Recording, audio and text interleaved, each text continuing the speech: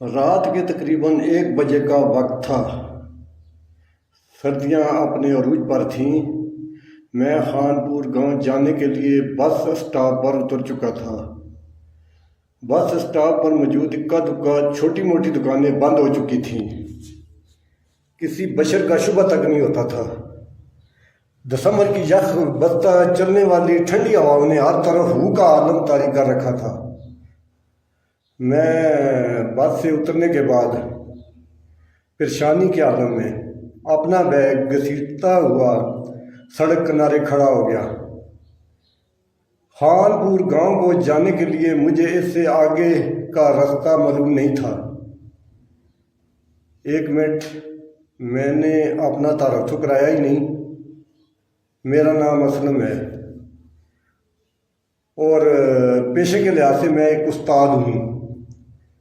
میری عمر کوئی 40 سال ہوگی۔ شادی شدہ اور 2 بچوں کا باپ ہوں۔ خانپور کے اسکول میں میرا تبادلہ ہوا تھا۔ اسی سلسلے میں خانپور شہر پہنچا تھا۔ اسکول کے پرنسپل نے مجھے خط میں بتا دیا تھا کہ اسکول کا چپڑاسی مجھے بس اسٹاپ پر تانگے سمیت ملے گا، پھر وہی مجھے اسکول سے ملکہ سرکاری رہائش میں لے جائے گا۔ مگر وہ بیچارہ شاید میرا انتظار کرتے کرتے واپس چلا گیا تھا، کیونکہ خانپور گاؤں جانے والی ایک بس مجھ سے چھوٹ گئی تھی۔ دوسری بس نے مجھے 1 بجے یہاں لا کر کھڑا کر دیا۔ دھند کی وجہ سے ہر طرف بیاباں نظر آتا تھا۔ میں پریشانی کے عالم میں جہاں تک ممکن تھا آنکھیں پھاڑ پھاڑ کے چاروں طرف دیکھ رہا تھا۔ سردی سے میری ٹانگیں کپ کپانا شروع ہو گئی تھیں۔ یہ اس بات کا اشارہ تھا کہ جلد سے جلد مجھے اپنے لیے ٹھہرنے کا انتظام کر لینا چاہیے، جو کہ فی الحال نظر نہیں آ رہا تھا۔ میں نے بیگ میں رکھی ٹارچ نکالی اور اسے بٹن دبا کر آن کیا۔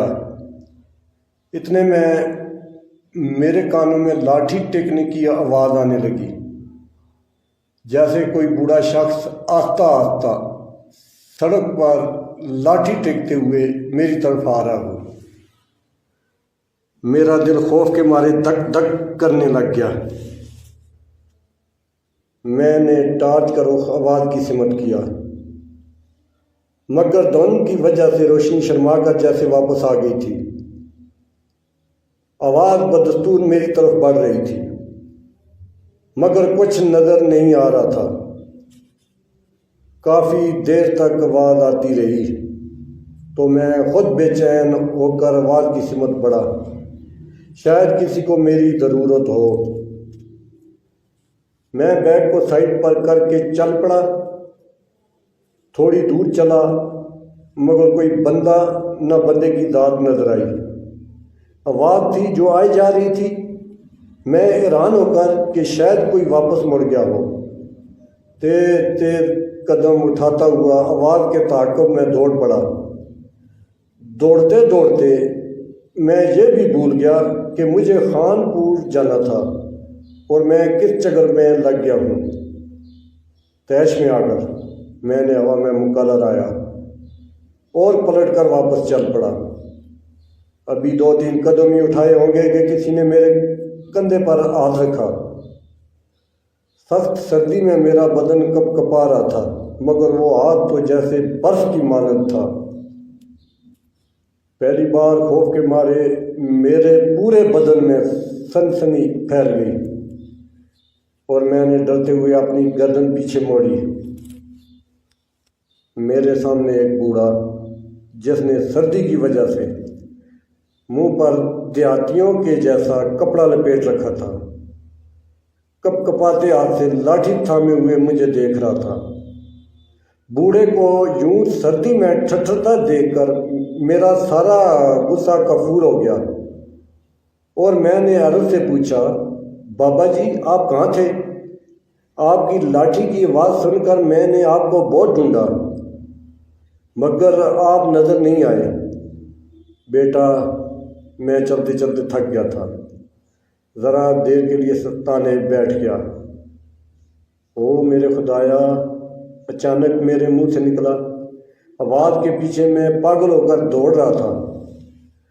شاید اس بے چینی میں میری نظر بیٹھے ہوئے بوڑھے پر نہ پڑی ہو۔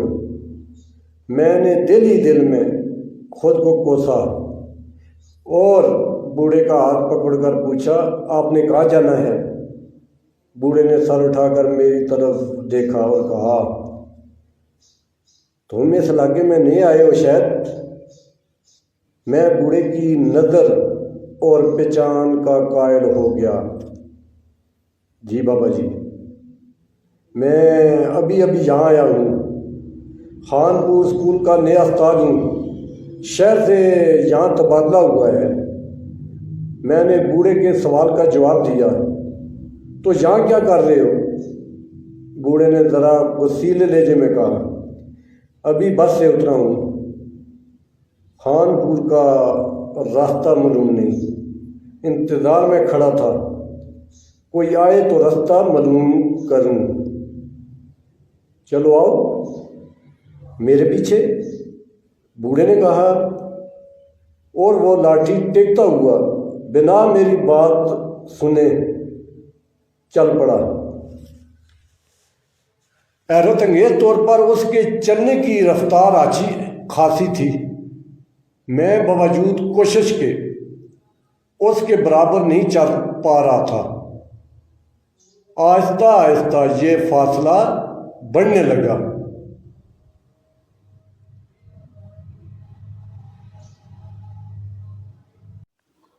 اتنے میں ہم بس اسٹاپ پر پہنچ گئے۔ میں نے لپک کر اپنا سامان اٹھایا اور بوڑھے کے پیچھے چل پڑا۔ ایسا لگ رہا تھا میرے ایک قدم کے مقابلے میں وہ 3 قدم اٹھا رہا ہے۔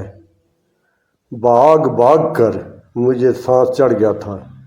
میں نے آوازیں دے کر بوڑھے کو روکا بھی مگر بوڑھا آہستہ آہستہ دھند میں غائب ہوتا جا رہا تھا۔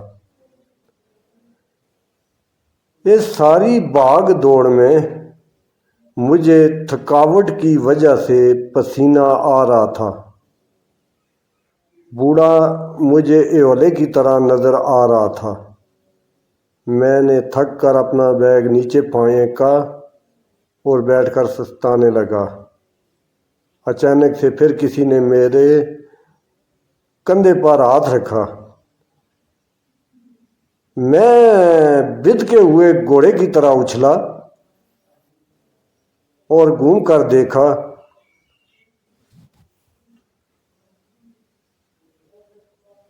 تو وہی بوڑھا کھڑا مجھے دیکھ رہا تھا۔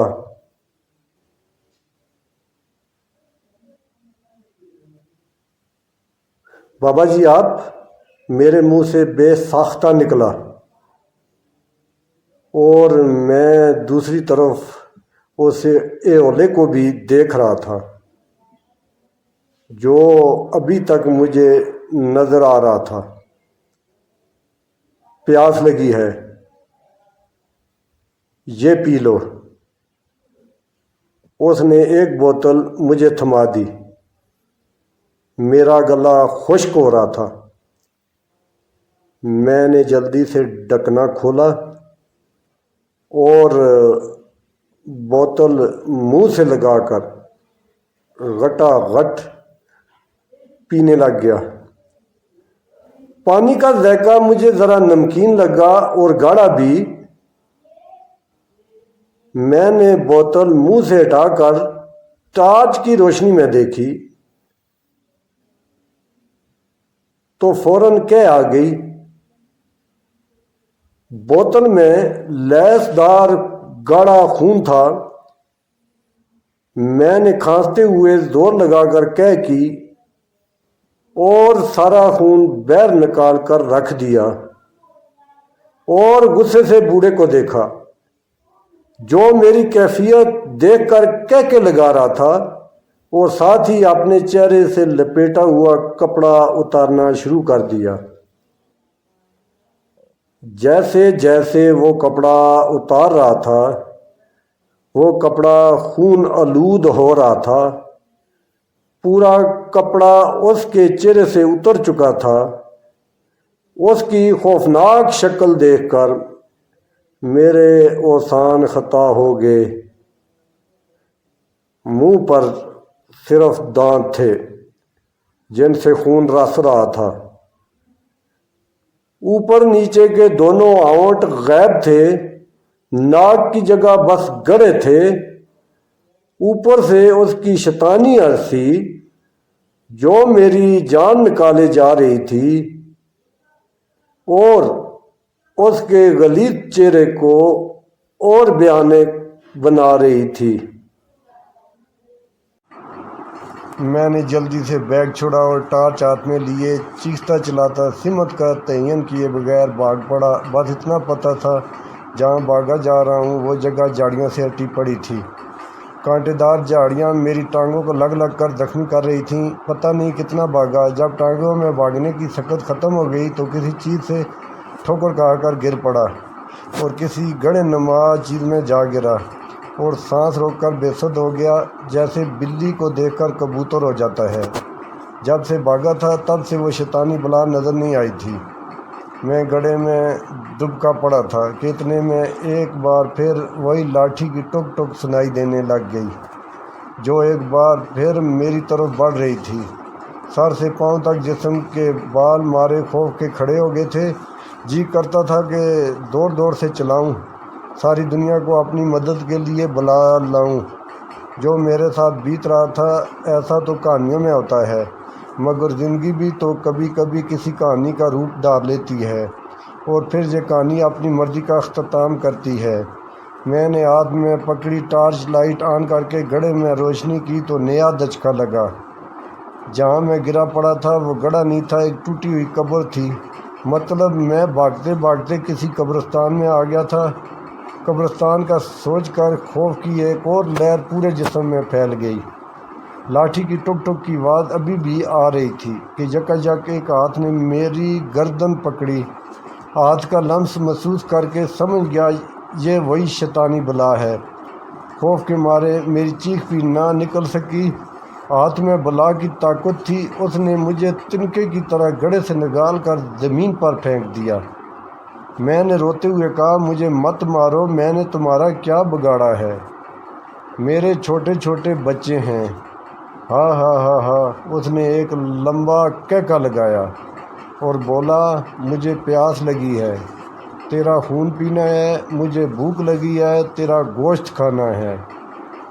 رات کے اس پیر جب دنیا سو جاتی ہے تو شیطان اپنے شکار پر نکلتے ہیں۔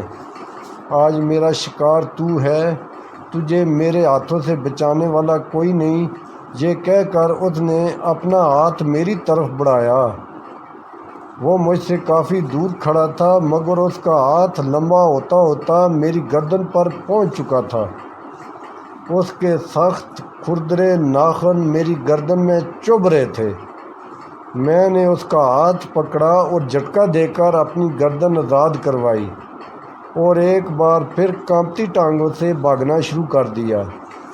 دہشت اور خوف کے مارے قبروں سے ٹکرا کر بار بار گر رہا تھا۔ بھاگتے بھاگتے میری نظر قبرستان میں آگے درختوں پر پڑی۔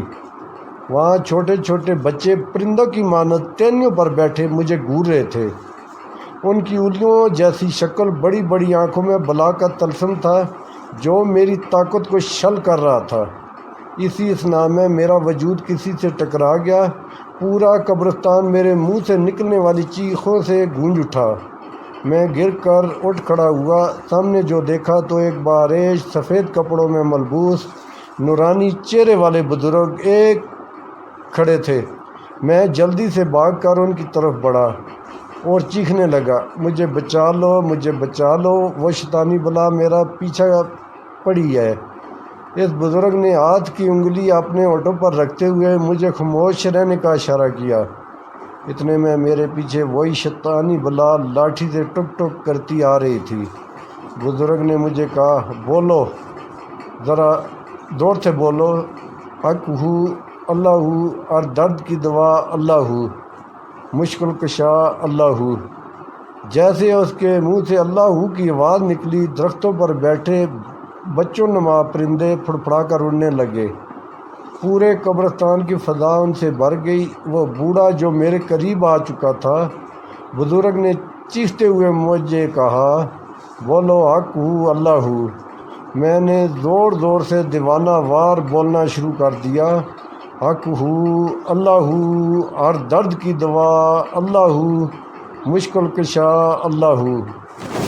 بوڑھے کے ہاتھ سے لاٹھی گر گئی اور وہ سر تھامتے ہوئے زمین پر گر پڑا، پھر ایک گدھ کی شکل اختیار کر کے اڑ گیا۔ میرے باختہ آواز ورد کرتے کرتے کنٹرول میں آ رہے تھے، دل کی بے چین دھڑکنیں پرسکون ہونے لگی تھیں۔ میں اس بزرگ کو دیکھنے جا رہا تھا جس کا چہرہ چاند کی طرح چمک رہا تھا۔ میں نے آگے بڑھ کر اس کے ہاتھ چومنے چاہے، مگر وہ تو ہوا کی مانند کھڑا مسکرا رہا تھا۔ پھر وہ مجھ سے مخاطب ہوا، بیٹے، انسان کے اندر خوف اور ڈر پیدا کر کے اس پر قبضہ کرنا شیطانی طاقتوں کا سب سے بڑا ہتھیار ہوتا ہے۔ اپنے دل کو ہر وقت اللہ کے ذکر سے پرسکون رکھو۔ پھر ہوا کے جھونکوں کی طرح وہ بزرگ بھی ہوا میں تلیل ہو گیا۔